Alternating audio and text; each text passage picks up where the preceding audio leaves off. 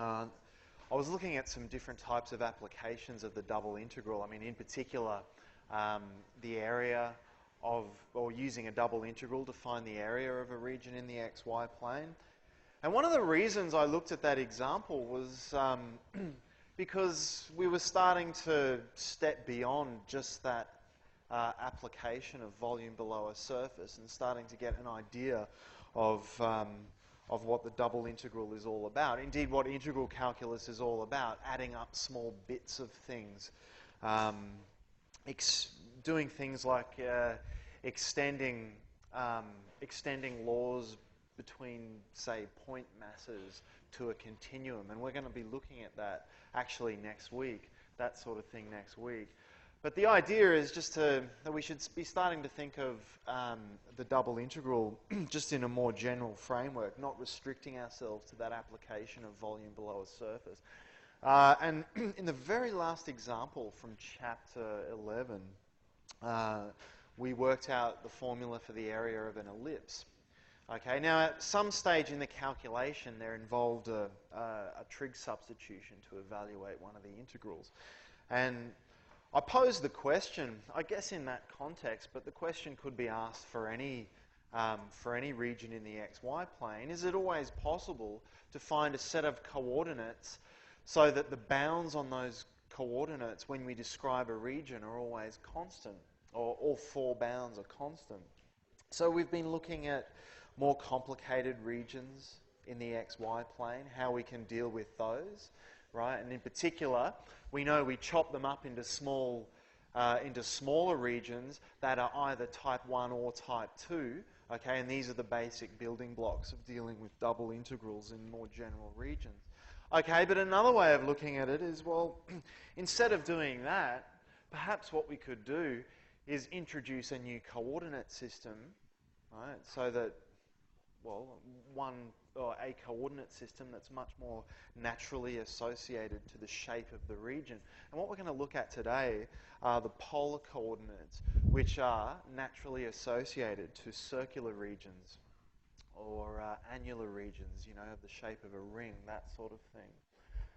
Okay, so although that's what this particular lecture is about, the polar coordinates, keep in mind the broader question, right, of given any shaped region, is it possible to find a set of coordinates, right? This is just in 2 dimensions, but is it possible to find a set of coordinates so that they only have constant bounds when we describe the region? Okay, so many of you may have seen polar coordinates before, but look, what I'll do is just go over the definition, just in case you haven't seen it. I'll define what the polar coordinates are, and in particular, what the relationship is between the rectangular coordinates. And then what we'll do is look at applying this to the double integral and seeing what happens to the double integral when we use polar coordinates. All right, so if I have a point in the plane, so with coordinates x and y, and I draw a line from that point to the origin, I can measure the length of that line, and let's call that length r. So this is one of the polar variables. Okay, this is one of the coordinates, and there's one feature that r is always greater than or equal to 0 because it's a distance. All right, secondly, so I've drawn a line from that point to the origin. Now, if I measure the angle that line makes with the positive x direction, that's the angle I call theta, and that's the other polar variable. So now we're in 2 dimensions, right, in the plane. We've got 2 bits of information that are required to specify a point in the plane. So now, up till now, we've been using what we can call rectangular coordinates, so x and y, but now we can also specify r and theta, right? It's just another alternative way of nailing down one point in the plane.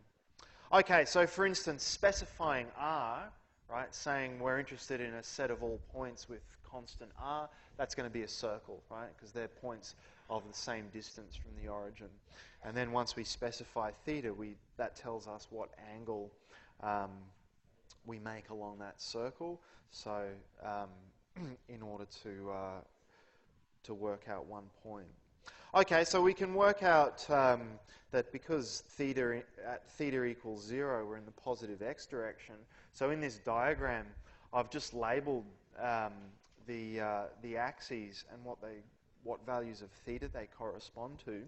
So theta equals 0, the positive x direction, right? Theta is pi on 2, the positive y direction, and so on.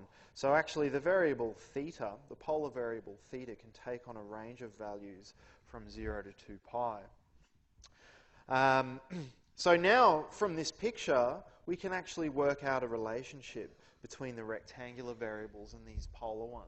So if we just first focus on the quadrant where x and y are both positive, we can see immediately, just using the definitions of cos and sine, we can see immediately that this distance, which just gives the x coordinate, is r cos theta, and this distance, which is the y coordinate, gives r sine theta. Okay, and this extends to the entire plane, right? So for values of theta beyond pi over 2, okay, it extends to all values of theta from 0 to 2 pi. Okay, so that gives us a relationship between the rectangular variables and the polar ones, given right down here at the bottom of the screen, that there's a variable transformation, that x equals r cos theta and y equals r sine theta. Oh, actually, one thing I should just mention.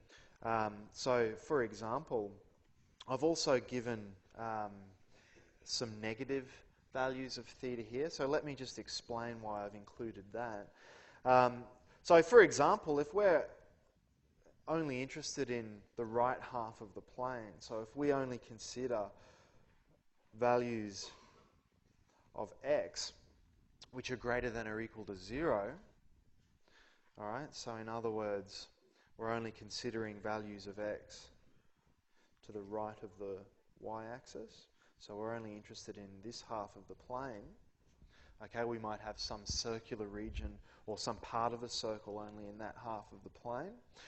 Then it's more convenient to talk about the range of values for theta from negative pi on 2 to pi on 2. The reason is just it's convenient because we can represent just that part of the plane in terms of one interval involving theta.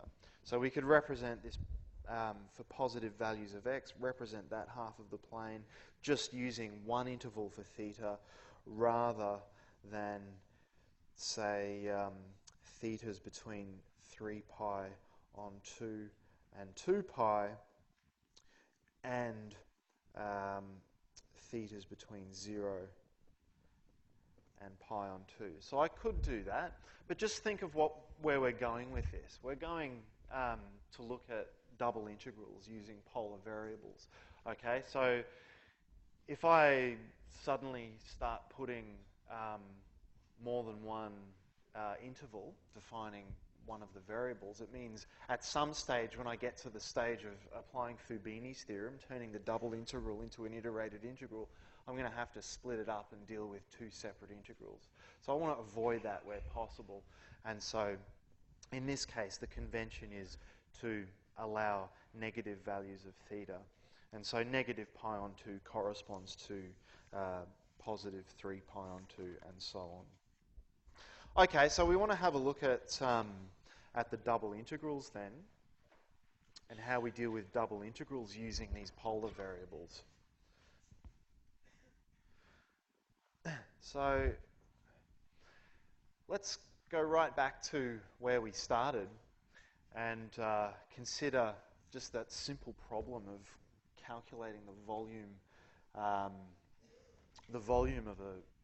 of a region below a surface and above a region in the xy plane, except now we'll, rather than rectangles, right, we'll deal with some kind of, or a region which has some kind of circular symmetry.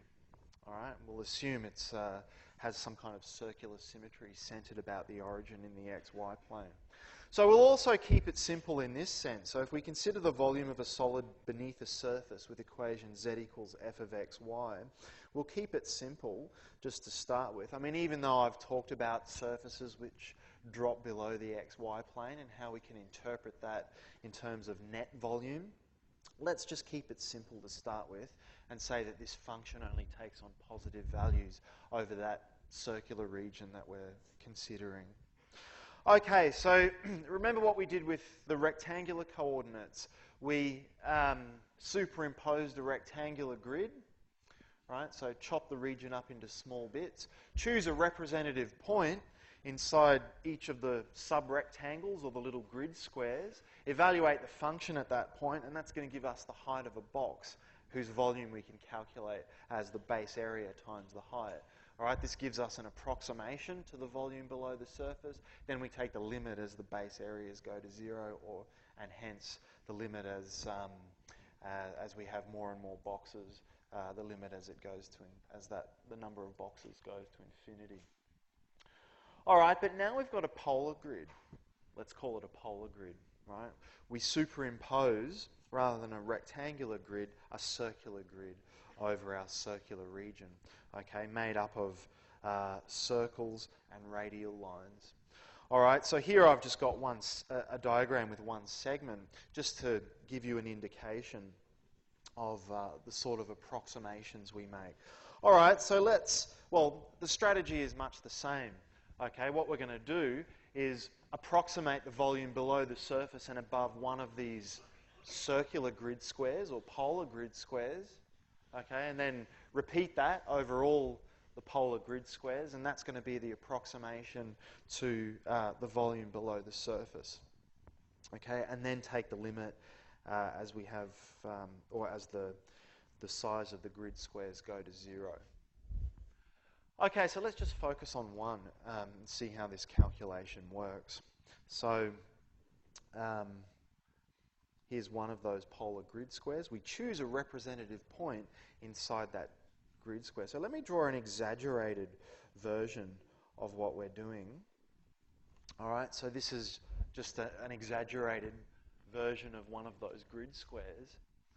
So what we're going to do is choose a representative point in that grid square, evaluate the function at that point, and apologies for my my 3D diagrams once again, but just to give you some kind of idea of how the approximation works.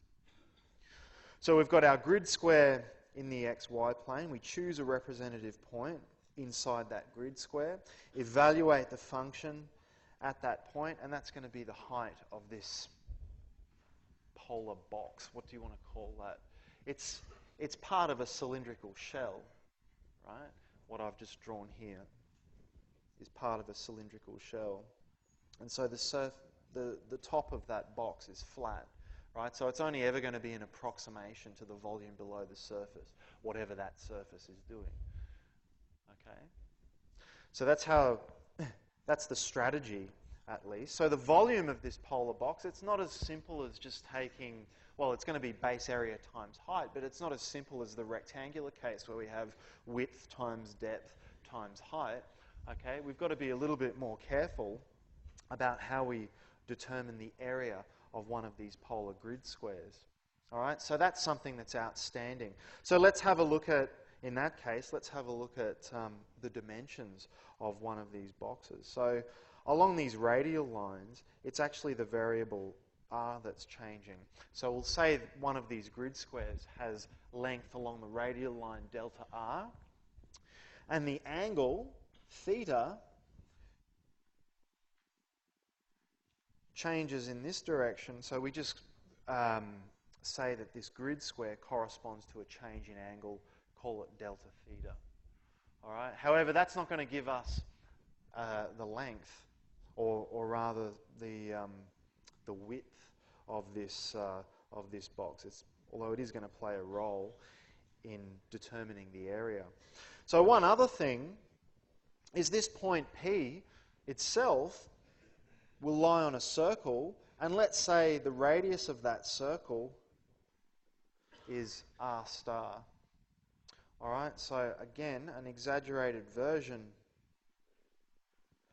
of one of those polar grid squares. We've got our representative point in here. we've got the dimensions being delta r along the radial lines. And then this dimension, if that point sits on a circle of radius r star, that means this length across here is going to be r star times delta theta. I mean, you think about that, right? Part of the arc of a circle. If I have a circle of radius r, okay, and I look at a segment corresponding to an angle theta, all right, then the length of that segment is just going to be r times theta. I mean, think if I went the entire way around the circle, right? The circumference of the circle is 2 pi r, so that's theta equals 2 pi. If I go halfway around the circle, theta is pi, so that's pi r. Anyway, you can see where that formula comes from. Now all I've done here is take that principle, but now the angle that's being subtended across that, that grid square is just delta theta, and this distance along this line here, so that's the circle on which my representative point sits, that's going to be of length r star delta theta. Now what I really want to do here, okay, this is my strategy. What I really want to do to approximate the area of this thing, I want to grab those edges and I want to straighten this out so it looks like a rectangle. So I want to take these two radial lines, right, that are the edges of this polar grid square, and stretch them out to make them parallel so that this curve here becomes a straight line. All right, now in doing so, that's in my approximation. So in doing so, I'm going to end up with a way of approximating, well, where are we? A way of approximating the area of that grid square as the area of a rectangle with dimensions delta r. And so here's the length. The other dimension is just r star times delta theta. So this is all just an approximation, right, at this stage. Okay, so that's going to be the base area of our polar grid square, approximately. All right, and actually as we get smaller and smaller, that becomes a better and better approximation. So as the grid square becomes smaller and smaller, this becomes a better approximation to the actual area. All right, so that's what's outlined here, right? So the area of that polar rectangle can be approximated as this quantity here, which is just r star delta theta multiplied by delta r. Okay, so we can also work out the volume of one of these polar boxes, or one of these bits of the cylindrical shell, right, with working out the base area times the height, where the base area is just this quantity that we've just worked out, so that's the base area there, and the height of one of those boxes is the function evaluated at the representative point. Now here, r star and theta star are the polar coordinates corresponding to that representative point sitting inside my polar grid square. All right, and since we've started by saying we've got a surface z equals f of x and y, okay, so it's a function of x and y that we've started with, but we know the variable transformation relating the polar variables to the rectangular ones, then what we end up doing here is evaluating the function in terms of the x star and y star, but written in terms of the polar variables. Okay, so that's approximately the volume of one box. All right, so we then repeat this for all of the other grid squares, and we get an approximation to the total volume where we take a sum over all of those grid squares. Okay, so this is just the sum over the polar grid, or the polar grid squares, of the base area times the height of all those boxes. Okay, but now we take the limit as delta r and delta theta simultaneously go to 0. So that's the same as taking the limit as the base area of those boxes go to 0. And we end up with an exact expression for the volume. Okay, but this limit is how we define the double integral, right? So that means what we must have is a double integral representing that volume, but in terms of polar variables. Okay, so what we've just shown then is that if we use polar variables, we can transform the double integral that we've seen so far in terms of rectangular coordinates, we can transform it into an expression using polar variables in this way.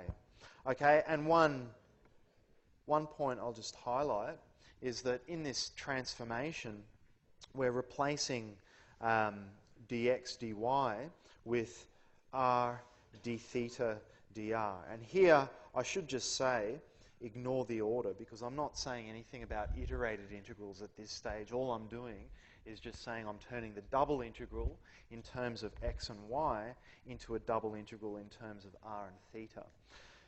Okay, so this notation, whereas up till now I've been, for double integrals, I'll write double integral over r of f of x and y dA. Now I'm writing dx dy because I want to distinguish between the coordinate systems I'm using.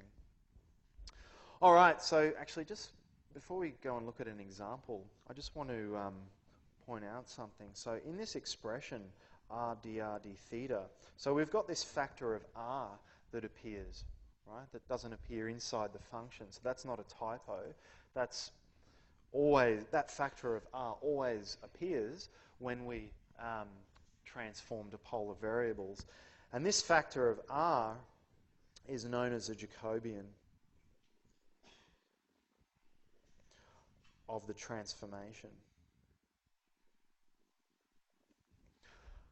In fact, it turns out that if we have any variable transformation, so say I want to change variables from x and y to variables u and v, it turns out there's a way of there's a formula for working out that Jacobian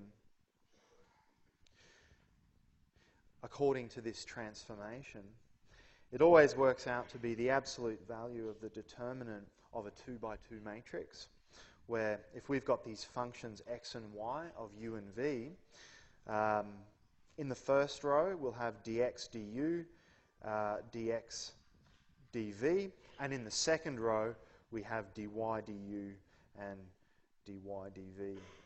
All right, so in this case, if you set x equal to, well, instead of uv, if you write r and theta, in the case of polar coordinates, the function x would be r cos theta, and the function for y would be r sine theta. So if you take all those partial derivatives, place them in this 2 by 2 matrix, work out the determinant, you'll get r. All right, now I'm not going to prove that result here, but the machinery for proving this result will be dealt with later in the part of the course on vector calculus. All right, but anyway, that's just how we deal with general variable transformations. In fact, I think there's a question in assignment 2, maybe question 2 off assignment 2, where I've introduced a variable transformation using variables s and t, and asked you to evaluate a double integral using those new variables, where you will have to calculate the Jacobian using this method. Okay, so let's have a look at an example then. So here we're being asked to find this double integral of the function e to the negative x squared plus y squared over a region in the xy plane bounded by a circle of radius capital R. All right, now before I get into the example, let me just make an observation. Remember I was talking about elementary functions and non-elementary integrals. I'll just make an observation here. So the function we're integrating is e to the negative x squared plus y squared, but I'll just make the observation that this antiderivative of a function of a single variable is not expressible in terms of elementary functions. I'll just remind you of that, because there's something I want to say about this later that's pretty exciting. But anyway. So look, just for the purposes of this example, we're given the region in the xy plane is just a circle centered at the origin. So I can tell that from the equation, x squared plus y squared equals r. It's a circle, the equation of a circle centered at the origin of radius capital R. So this is my region D, so the circle of radius R. So it's at this stage where I realize I should be using polar coordinates, because I see that the region of integration is a circle. Now I could use rectangular variables, okay, but the bounds of integration will be difficult, or could potentially be difficult. In this case, it's a circle. I know that polar coordinates are naturally associated to circles. Okay, and let me show you what I mean by that statement. So here, I'll just make the comment that we use polar coordinates. Remember the transformation, x equals r cos theta, y equals r sine theta. There's bound to be a mark on a final exam if you write that. Of course, in a relevant question, but not just randomly over somewhere on the exam page. But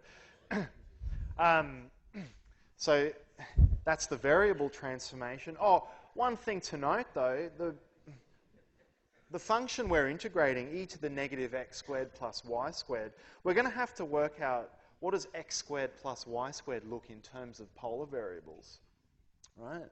So given that transformation, x squared plus y squared is just going to be r squared cos squared theta plus r squared sine squared theta. Now there's a common factor of r squared here, and there's also a trig identity that says cos squared theta plus sine squared theta equals 1. So this simplifies to r squared, right? Okay, so the region now can be expressible as the set of all points with coordinates r and theta. It's a circle centered at the origin. Remember the polar variable r, little r, is the distance a point lies from the origin. So r equals 0 will put us at the origin, which is the center of the circle. And r equals capital R would put us on the edge of the circle. Any value of the polar variable little r that's bigger than big R, I should have used different symbols here, but nevertheless, I'm not interested in, right? They would be all the points out here when the polar variable r is greater than capital R, the radius of the circle. What's more, I'm interested in the entire circle, not half or a quarter or some piece of pi. I'm interested in the entire circle, so I can take values of theta from 0 to 2 pi. All right, so here's what I mean when I say that polar coordinates are naturally associated to circles. When I give an expression for the region in this way, all 4 bounds of the variables are constant. This means when I apply Fubini's theorem, all 4 bounds of those iterated integrals will be constant. And the idea being that makes life a lot easier. Okay, so now we've got that expression for the region. I'll also make the comment that in the double integral, dx dy is transformed into r d theta dr. In other words, don't forget the Jacobian of the transformation. That's a common error in these sorts of calculations. Whatever you do, don't forget the Jacobian. Okay, so that implies then that the double integral of e to the negative x squared plus y squared can be written as an iterated integral, but in terms of polar variables. So that'll be e to the negative r squared for the function. I'll have r coming from the Jacobian, and then we integrate with respect to theta from 0 to 2 pi, and with respect to r from 0 to capital R. All right, so this is an iterated integral. Note that the integrand can actually be considered as a product of a function of r with a function of theta, and all 4 bounds of the iterated integral are constant. So what that means is the function of theta is trivial, it's just 1, right? But nevertheless, it's still there. I can actually think of this as a product of two definite integrals. Right, now this is, I've already been through this on page 59. So this is a result going from this line to this line is a result on page 59, where we considered the case where the integrand factorizes into a product of the two variables and all the bounds are constant. All right, so now it's just a matter of working out these two definite integrals. This second one works out to be a half times 1 minus e to the negative r squared. Just using a simple substitution. U equals r squared. Okay. So now I just want to have a little bit of fun, just for 5 or 10 minutes, just with this. I don't know, has anyone ever come across the error function before? You might have seen it maybe in probability, some probability theory. I don't know. If not, I just want to draw your attention to some ways we can define new, what are called special functions. And I just want to talk a little bit about that definition. But first, we'll have a little bit of fun. This is what I call fun. Let's just consider what happens when we take the limit of the radius of that circle to infinity. In other words, what we consider is the volume below that surface and above the entire xy plane. All right, so let me just make that comment. Then this double integral in the question represents the volume below that surface and above the entire xy plane. All right, so that's something that might make you say, wow, what does he mean by that? And then you start to think about it and go, oh, hang on a minute, what's he talking about? I mean in the limit, right? I'm talking about in the limit as r goes to infinity. Well, in such a case, that means the double integral then, which we could write out as, I guess, as what's called an improper integral, with one of the bounds being infinity, dr and d theta here, is then that's just understood to mean the limit as r goes to infinity. And we've worked out what this is in the line above. It's just pi times 1 minus e to the negative r squared. But when I take the limit as r goes to infinity, the curious thing is here that that limit equals pi, which is a finite value. So even over the whole xy plane, this surface, somehow that limit or that volume converges, right, in the definition of the double integral as a double Riemann sum, right? Somehow it converges to a finite value. All right, that's just a curious little observation, but there's more we can do here. All right, that's above the entire plane. So think about what that surface is doing above the plane. It's actually symmetric about the origin, right? It's actually symmetric about the xy plane. About the xz plane and the yz plane. Okay, so that means if we've worked out the volume over the entire xy plane, then the volume above the quadrant where x and y are both positive is just going to be that volume pi divided by 4. And I'll just make the comment that this is since this surface is radially symmetric. Okay, there's some kind of symmetry. So, I mean, it always pays to think about what these surfaces look like and any sort of symmetry properties there might be of these surfaces, or the regions even.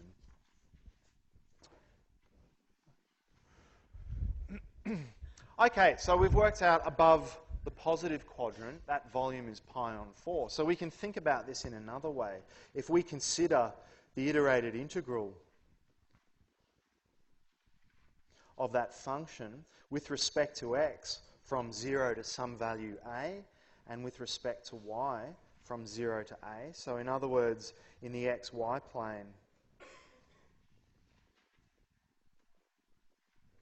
if we consider that integral and then take the limit as a goes to infinity, this should give us the same answer, right? But what does this integral look like?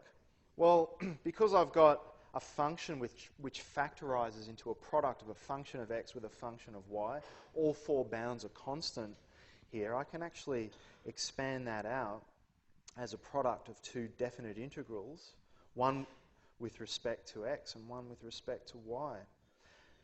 Now the thing is, whatever number this takes on, it's going to be the same number as that, which means that this is just whatever that number is, all squared.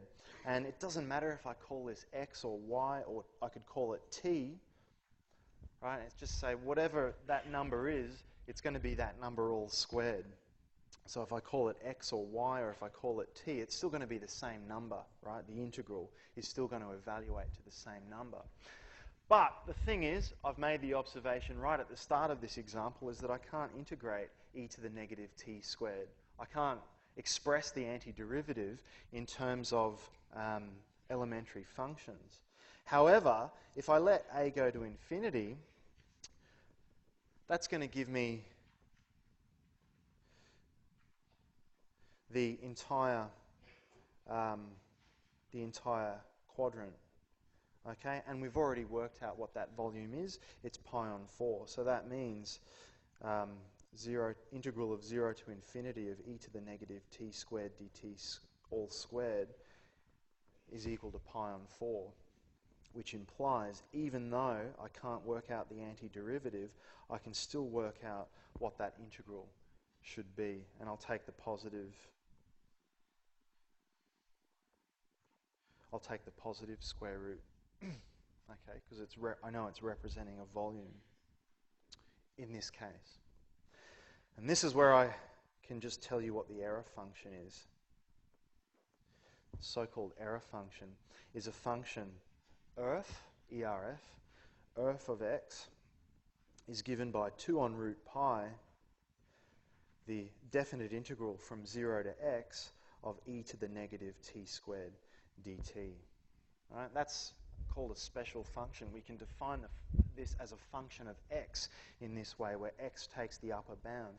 And now this peculiar factor out the front of the integral is what you might call a normalizing factor that comes about because we've just worked out this limit of a definite integral of a single variable using double integrals. Okay, so there's another reason why we can use double integrals. Right? It gives us it can even give us sometimes information about certain functions. So the error function just looks something like that as a graph. All right, I won't say anything more about that, but look, this is just to really to expand your minds, okay? Just to open the door to a world of possibilities. The error function. If ever you come across the error function now, you can come back to your Math 2000 notes and at least you understand where that factor of 2 on root pi comes from. All right, so just a little example that's using polar coordinates. It says find the volume of the solid bounded by the plane z equals 0. Remember, that's the xy plane. And this paraboloid z equals 1 minus x squared minus y squared. So immediately I can see that this surface z equals 1 minus x squared minus y squared actually intersects the xy plane when, so if I set z equal to 0 here, I've just got the equation x squared plus y squared equals 1, which I can identify as a circle in the xy plane centered at the origin of radius 1. So it's at this stage that I can see this volume I'll call that region D as usual. The volume, I can then formulate it as a double integral, as the double integral over D of this function 1 minus x squared minus y squared. All right, so I can identify this as a double integral problem. I can evaluate that volume using a double integral. And now it's at this stage that I see the region of integration is a circle in the xy plane.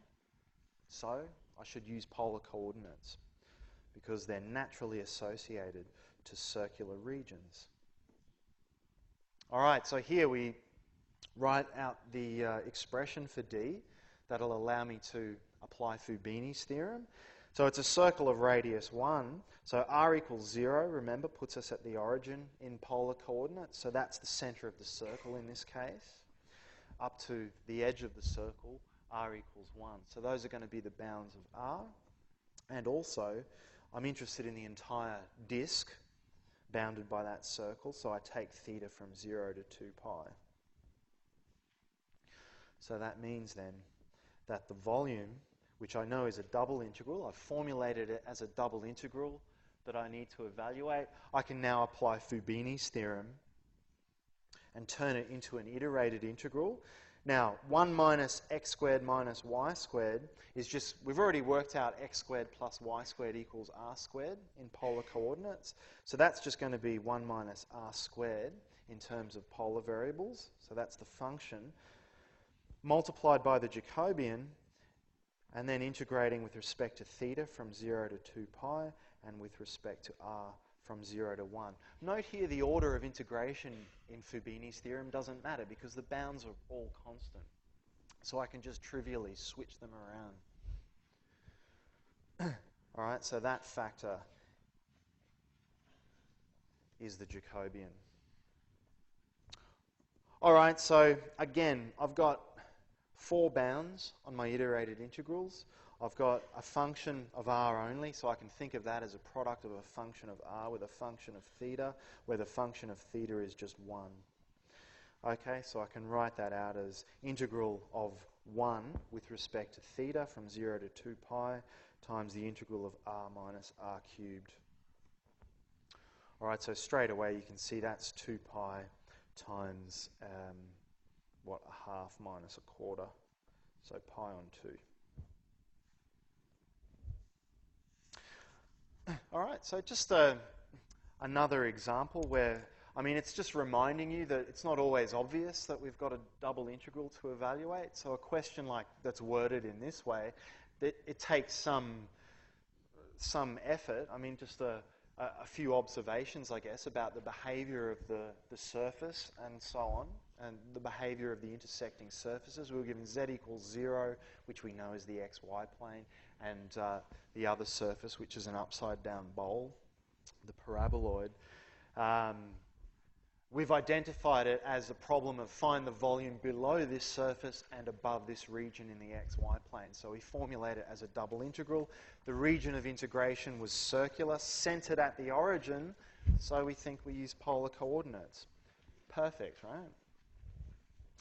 Okay, but is it always that simple? Well, I just want to show you this last example where actually the way I'm going to do it, this is an example straight out of the Stewart textbook, and the way I do it is slightly different to the way it's done in the Stewart textbook. So I thought I'd give you 2 different ways. So I mean, you guys can go and look at the calculation in the Stewart text, and I'll show you just another way of thinking about it. So it's find the volume of the solid that lies under this paraboloid, z equals x squared plus y squared, and inside the cylinder, x squared plus y squared equals 2x. In other words, inside the cylinder, above the circle in the xy plane. So that's one way I can interpret that, right? Above the circle in the xy plane. How do I know this is a circle? Well, let's have a look. X squared plus y squared equals 2x. What's the radius of that circle? Where is it centered? Well, this is where I can start to I can complete the square in x. I can see I've got a quadratic term and a linear term in x. I'll just leave a space there and write plus y squared equals 0. And now I can see all I have to do to complete the square is just add 1 to both sides of that equation. And then those three terms there will combine and are expressible in the form x minus 1 all squared plus y squared equals 1. So I can actually identify this as a circle of radius 1 centered at x equals 1, y equals 0.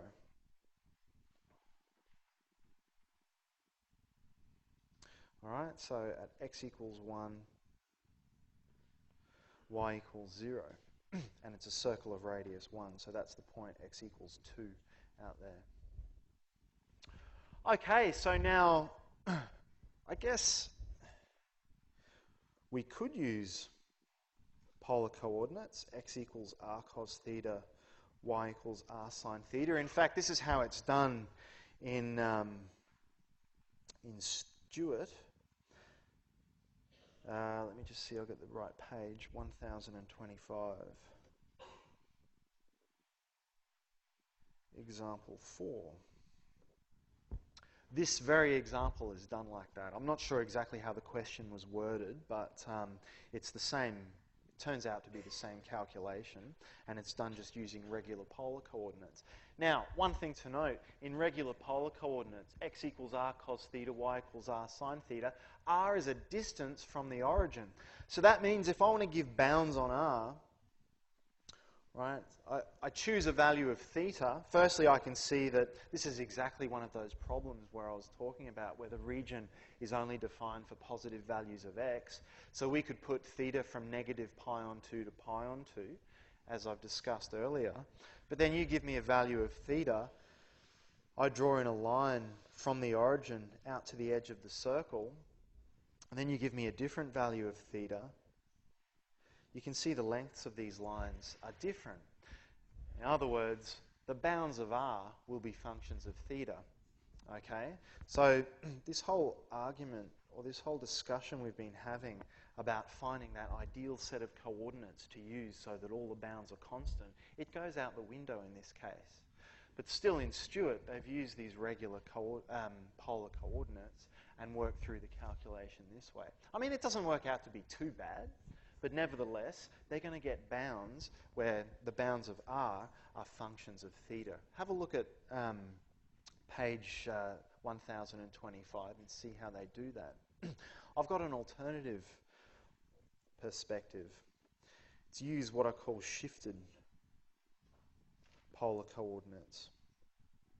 So I can see from the equation of that circle, x minus 1 all squared plus y squared equals 1, I match it up to this trig identity, right? The trig identity being cos squared theta plus sine squared theta is 1. Based on that, what I can do is, so look at this term, that's x minus 1. I'll set that equal to r cos theta and y equal to r sine theta. So that implies that x in this case is just 1 plus r cos theta, and y is r sine theta. And instead, I'll use those variables. So now, this variable r is going to be measured from the center of my circle.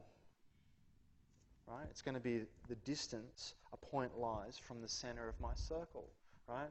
Introduced in exactly the same way the original polar variables were introduced. Right? The whole point being these variables are naturally associated to the region we're using because I'm going to get constant bounds in this case. Now, we're going to get the same Jacobian as before. In other words, the Jacobian r, we're still going to get that. Using that determinant formula I gave. Think about it. The determinant of that matrix whose entries are all partial derivatives, what I end up doing is having to differentiate this function of x as a function of r and theta, and this function of y as a function of r and theta.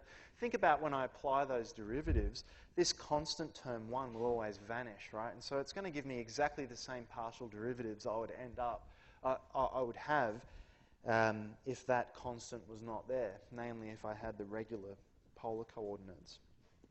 Also, the surface, z equals x squared plus y squared, the x squared, right, if I square this term, I'm going to get 1 plus 2r cos theta plus r squared cos squared theta, and y squared is just r squared sine squared theta. So you can see I've got two terms with a common factor of r squared, multiplying cos squared plus sine squared. So this all simplifies then to 1 plus 2r cos theta plus r squared. Okay, just over the page now.